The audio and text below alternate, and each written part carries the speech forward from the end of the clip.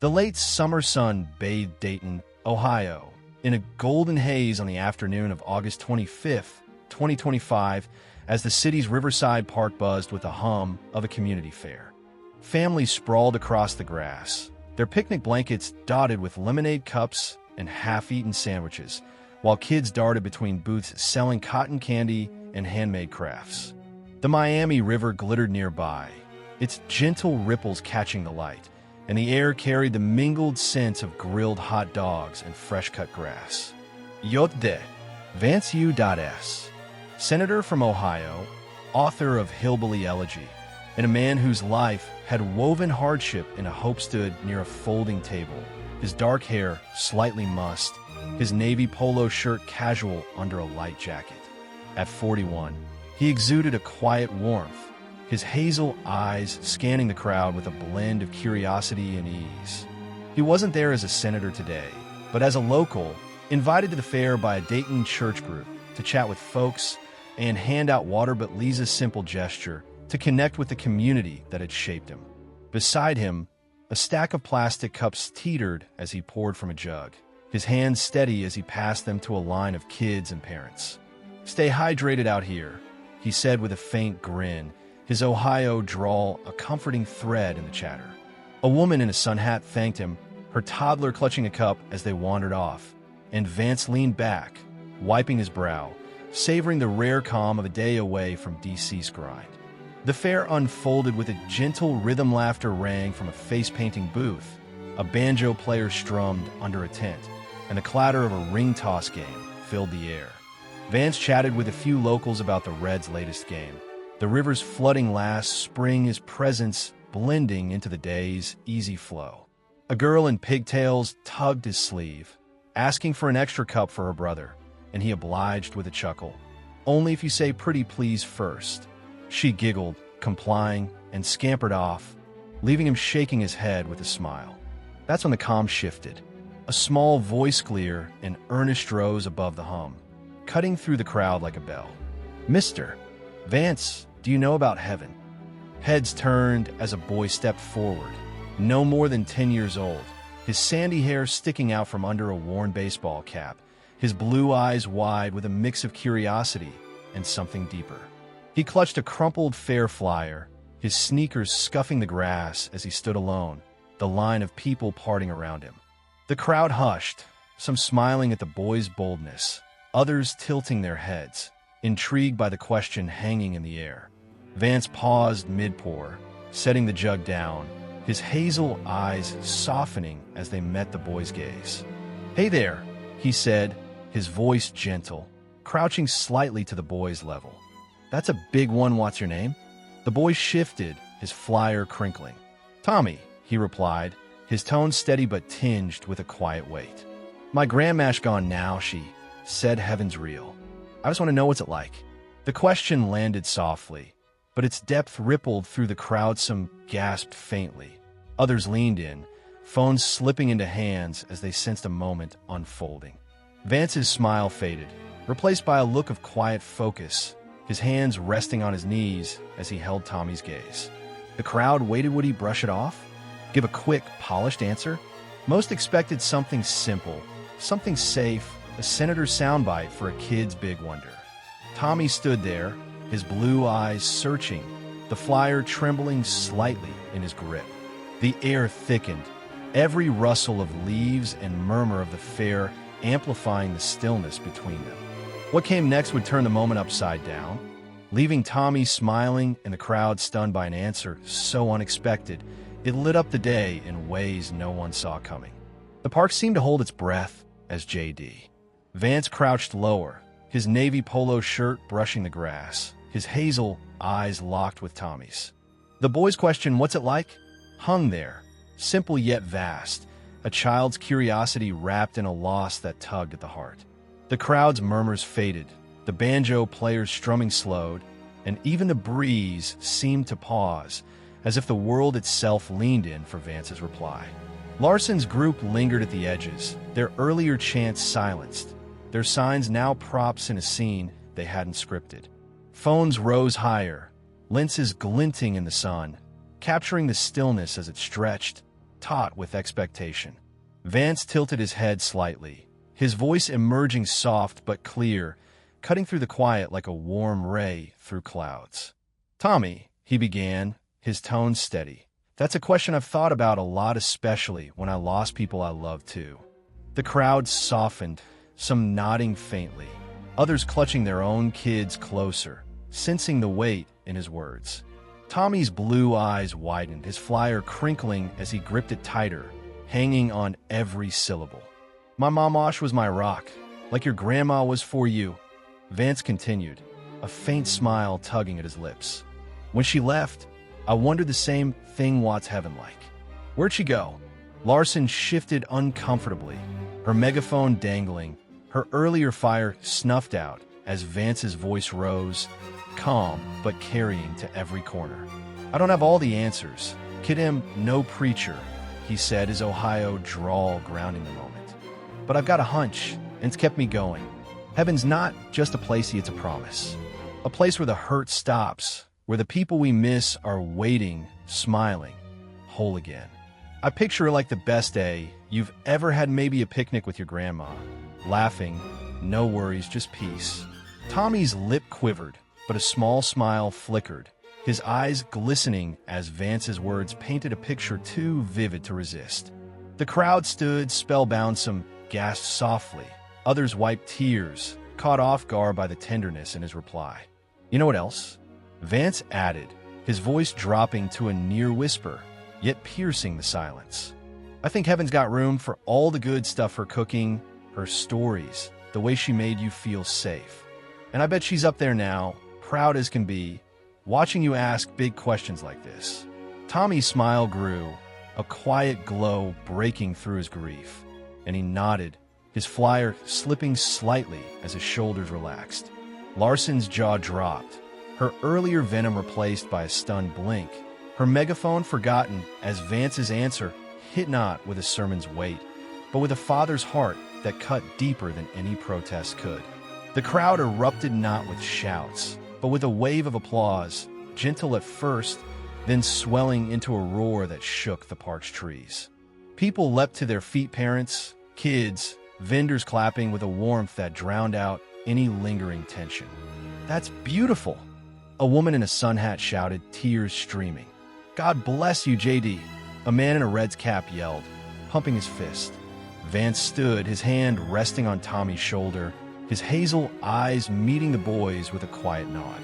"You keep asking those big questions, okay?" he said softly, and Tommy beamed. "Okay, mister." "Vance, I will." The crowd surged closer, some reaching out to pat Tommy's back, others wiping their eyes as phones captured at all Larson's stunned retreat, Vance's gentle wisdom, a response so unexpected it turned a child's wonder into a moment of shared grace.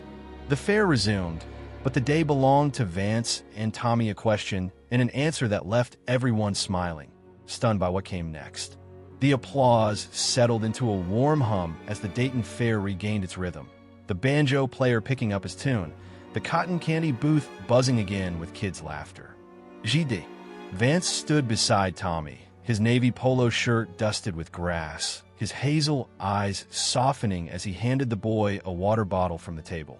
Tommy clutched it, his smile still glowing, his crumpled flyer tucked under his arm as he sipped, his blue eyes darting between Vance and the crowd, now buzzing with whispers of what they'd just witnessed. The air carried a new weight, a mix of awe, curiosity, and something unspoken, as if the park itself held its breath for what might come next. Then came the twist. A sharp crackle split the calm, a sudden buzz humming from the fair's PA system usually reserved for announcing raffle winners or lost kids. The speakers flared to life, and a grainy audio feed burst through, raw and unpolished. It was a man's voice, clipped and tense, time-stamped 2 days earlier. "Vance is a Goldman soft target, big heart, easy to trip up. Get the kid to ask about heaven, his grandma died last year, he'll crack. We'll tag it, Vance breaks, trust me, it'll hit hard." The crowd froze, a collective gasp slicing through the spring air as heads swiveled, searching for the source. The audio rolled on, revealing a second voice cooler, calculated, Perfect play the grief card, catch him off guard. We've got the boy's mom on board, desperate. Thinks it'll get Vance's attention for her cause. It's a lock for the optics.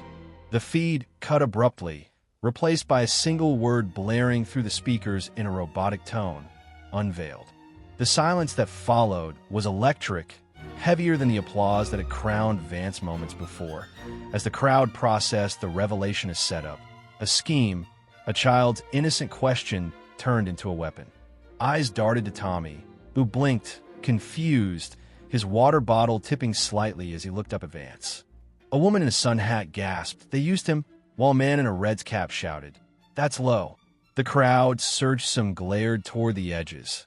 Others turned to Vance, whose face tightened with a flicker of shock, then settled into something deeper sorrow, perhaps a resolve.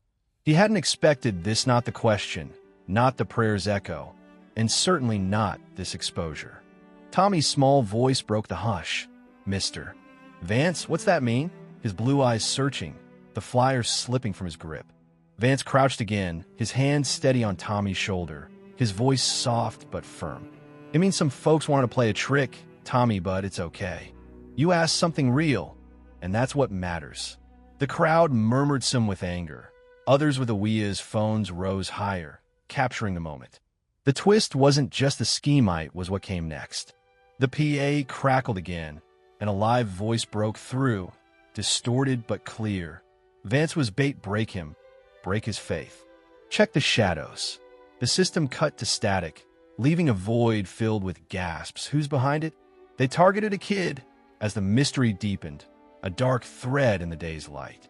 Vance stood, his gaze sweeping the park, his stillness a stark contrast to the storm around him. A man in a denim jacket shouted, "Who'd do that?" But no answers came, the crowd's buzz rising, some pointed fingers. Others turned to Vance, their admiration swelling as the layers unfolded. He stepped forward, the crunch of grass under his shoes slicing through the noise like a quiet call. The park hushed instantly, all eyes on him as he spoke, his voice steady, cutting through the chaos with a calm that stunned everyone anew. "I don't know who's pulling strings," he said, nodding toward the speakers, "or why they'd use a kid like Tommy to try it. But I'll tell you, this faith isn't shaken by tricks, and neither am I." He paused, letting the silence settle, his hazel eyes meeting Tommy's before sweeping the crowd. "You asked about heaven, Tommy, and I meant every word. It's a promise, a place of peace, and no one's games can take that from you or me. We've all got hurts, mine, yours." He gestured to the onlookers, "but we don't have to break over them. We can hold on, build on, lean on something bigger." The crowd stood spellbound, some with tears welling, others nodding, caught off guard by the depth in his tone. "If this was a Situpto, heard us. To divide, use it, doesn't win unless we let it," he continued, his voice firm but warm. "I prayed then, and I'll keep praying for you." He nodded to Tommy, who smiled wider for them. He glanced toward Larson's bench. "For all of us. That's my stand, what's yours?" He stepped back, his hands in his pockets, his gaze lingering on the crowd as Evelyn and Miles ran to his side, hugging his legs. The silence broke with applause, not hesitant, but roaring, shaking the park as people leapt up, families, vendors, strangers cheering with a ferocity that drowned out any lingering doubt. Larson slumped further, her face buried, her protest obliterated by the weight of her exposure and Vance's unyielding grace. Tommy beamed, tugging Vance's sleeve. "You're cool, mister." "Vance?" And Vance chuckled, ruffling his hair. The fair swirled, but the moment was there's a twist of betrayal, a stunning answer, leaving the world to marvel at what came next. The fair's hum returned as the sun dipped lower, casting long shadows over the riverside park. "Yot de." Vance knelt beside Tommy, his navy polo shirt dusted with crumbs from Evelyn's latest snack, his hazel eyes softening as he handed the boy a fair flyer he'd signed. To Tommy, "Keep asking," with a grin. Tommy clutched it, his smile radiant, his blue eyes sparkling as he ran to a woman waiting nearby, his mother, her face a mix of relief and unease as she hugged him. The crowd buzzed with warmth, some lingered to shake Vance's hand. Others drifted back to booths, whispering about the prayer, the twist, the boy who'd sparked it all. Within hours, the story broke free of Dayton's borders. Phones buzzed as clips flooded social media. Vance answer, the leaked audio, the cryptic "check the shadows," warning spreading like wildfire across platforms. X erupted with Vance answers trending alongside Heaven Revealed, racking up millions of views overnight. Yotje. Vance just turned a kid's question into gold. One viral tweet read, shared by a mom in Cleveland.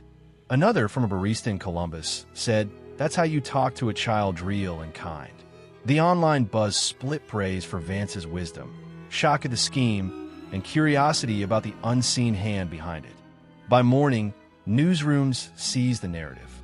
Headlines flashed, Yotde. Vance's heartfelt Heaven answer goes viral, and young boys question unmasks plot in Dayton. Some hailed Vance, calling him a voice of hope and authenticity. Others debated the ethics of using a child, questioning who'd orchestrate such a move. Tommy's mother issued a tearful statement via a local station, her voice shaky. "I was desperate. I thought it'd help our cause. I'm so sorry I didn't know it'd go this far." It faltered online, buried under clips of Vance's calm and memes of the boy's smile. Her role a footnote to the moment's grace. The ripple effects raced outward. At the park, a vendor packed up, muttering to a friend, "Never seen a guy handle that with such heart. Kid's got a good memory now." Fairgoers lingered on the paths, some stopping Vance as he walked Evelyn and Miles to their car. "You're a good man, Senator," to which he nodded. "Thanks just being me," his kids skipping beside him. Local reporters swarmed, but he moved through them with steady strides, Miles clutching his hand, his silence louder than their questions. Beyond Dayton, the story took root. Parents shared the footage with their families, turning Vance's answer into a bedtime talk. "See this?" a dad in Toledo told his daughter, pausing the clip. "You don't need to know everything, just be real." Teachers from Kentucky to Oregon played the video in classrooms, sparking discussions about kindness and curiosity. "He didn't dodge, he leaned in," a middle school teacher told her class, her voice warm. "That's what counts." The clip became a beacon, a lens on how to meet innocence with grace. The "check the shadows" twist fueled speculation. Online forums buzzed with theories. Was it a rival? A media stunt? A hidden agenda? But no hard proof surfaced. Sleuths dug into activist networks, unearthing vague ties to advocacy groups, though nothing stuck. The mystery kept Heaven Revealed trending, a dark undercurrent to Vance's light, but it never overshadowed his message. Talk shows dissected it all, from the scheme's fall to Vance's rise, with one host noting, "If JD, Vance can answer that with this. He's tougher than any hill he's climbed." Tommy's world brightened. His mom said he talked nonstop about Mr. Vance, his smile a constant since that day. The fair faded into local lore, but its legacy was Vance's answer. Schools used it to teach empathy. Families leaned on it for talks about hope. A TikTok trend emerged, kids reciting "Heaven's a Promise" over soft guitar, captioned Vance vibes. The shadow mystery faded without resolution, a footnote to the real story, a man's grace under a child's gaze. As the buzz grew, one sentiment echoed: Vance hadn't just answered Tommy. He'd shown everyone how to face the big questions with heart. Back at the park, a groundskeeper swept petals, pausing to watch the clip on his phone. "Guy's got soul," he muttered, nodding. "Made that kid smile and us too." The day was over, but its lessons were just beginning to reshape the world beyond those blooming dogwoods. The fairgrounds echoes faded into Dayton's quiet streets, but JD. Vance's answer to Tommy lived on, a gentle flame that refused to dim. Weeks turned to months, and the Riverside Park returned to its daily rhythm, kids chasing ducks, families picnicking under the dogwoods, but the story lingered, a thread woven into the fabric of countless lives. Vance's words, "Heaven's a Promise," became a touchstone, whispered in homes, shared in pews, a quiet reminder of a moment when a child's question met a man's heart and lit up the world. Social media kept the glow alive. Vance answers trended for weeks, amassing millions of shares as people posted the video with captions like "Wisdom in a Heartbeat" and "JD, Vance just gave us all a gift." TikTok spun it into a wave, kids, and parents reciting Room for the Good Stuff over acoustic strums, their voices a chorus of wonder. Schools from Ohio to Texas looped the clip, teachers pausing to ask, "What questions matter to you?" Students penned reflections about hope, some confessing, "I'd have froze a smiled, and that's everything." Tommy's life shifted. His mom said he carried the sign flyer everywhere, his grin a fixture as he told friends, "Mr. Vance says Grandma's waiting." The fair became a tale told at barbecues and church suppers, a story of a boy and a senator that softened even the hardest hearts. Vance returned to his Senate work and family life with the same steady focus that had defined the day. Colleagues said he brushed off the buzz, just talked to a kid, he'd told one, a faint grin breaking through his attention on Evelyn's soccer games and Miles's latest drawings. Yet that answer lingered, seeping into classrooms and kitchens. "Are we giving kids hope?" a dad in Akron asked his wife, replaying the clip. "He's right, it's about them." It bridged divide skeptic and seeker, city and small town uniting people in a shared nod to kindness over cynicism. A viral post summed it, JD. Vance didn't just answer a boy, showed us how to live. The screens went quiet, but the lesson endured. A final YouTube text flashed. Vance spoke, Tommy smiled faith or feeling. You decide. Share this, reflect. Choose your answer every day. The question hung open, inviting all to ponder. How will we meet the wonders we're asked?